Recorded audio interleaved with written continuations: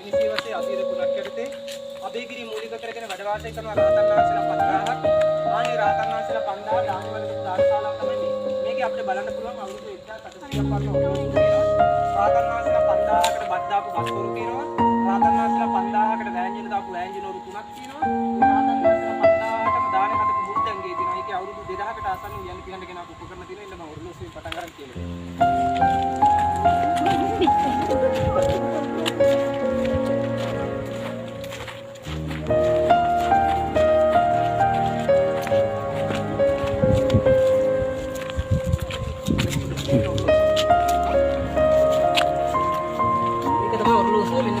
දානි ගන්න වෙලාව බලලා තිනු බලපු ආකාරය කියලා. ඔයාලා බෞද්ධ නේද? ඔයාලා දන්නවනේ සාමාන්‍ය ස්වාමීන් වහන්සේලා තමයි 12 වෙනි ඉස්සෙල්ලා දාන වලදී. අද අපිට ෆෝන් එකකින් ඔරලෝසුවකින් පුළුවන් වෙලාව බලන්න. අතීතේ ෆෝන් එකක් ඔරලෝසුවක් තිබෙන්නේ මේකෙන් වෙලාව බලලා තිනු බලපු ආකාරය කියලා දෙන්න. දැන් අද අපි භාවිතා කරන 24 පැය ඔරලෝසුවන්නේ. අතීතයේ තිබ්බ 24 පැය නෙමෙයි. අතීතයේ තිබ්බ 60 පැය. අහලා ඇති නේද ඔයාලා? මේක 60 පැය ඔරලෝසුවක් වෙලාව ගන්න කරපු ආකාරය කියලා දෙන්න. මේක සිදුරක් තියෙනව නේද? ඕකට අඩි 12කට වඩා උස ලොකු දණ්ඩක් සම්බන්ධ කරලා තිබිලා තියෙනවා. හරියට මධ්‍යහන 12 වුණ ගමන් මේ දණ්ඩෙන් ඉරේලියේ හෙවණැල්ල වැටෙනවා දකුණු අත පැත්තට. ඉරේලියේ හෙවණැල්ල දකුණු අත පැත්තට වැටෙද්දී ස්වාමීන් වහන්සේලා දන්නවා දැන් ඉර අවරට ගිහිලා තියෙන්නේ කියලා.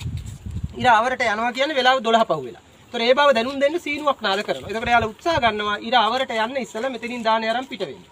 ඒ වෙලාව බල ඔරලෝසුව තමයි මේකට ඔරලෝසුව කියලාත් කියනවා. පුතේ ඔයාලගේ ඉස්කෝලේ පොත්වල තියෙනව නේද පෑතැටිය කියලා. මෙන්න තියෙනවා පෑතැටි. අද ඇස් දෙකෙන් බලාගන්න. පොතෙන් විතරයි දැකලා තියෙන්නේ මෙන්න තියෙනවා පෑතැටිය. මේකට තමයි කියන්නේ පෑතැටිය කියලා. මෙතනින් මේ පැත්තට වහලයක් තියෙනවා. මෙතනින් මේ පැත්තටත් වහලයක් තියෙනවා. මේ මැද කෑල්ලට වහලයක් නැහැ මේක ඕපන් ස්ටේජ්. පැහැදිලිද?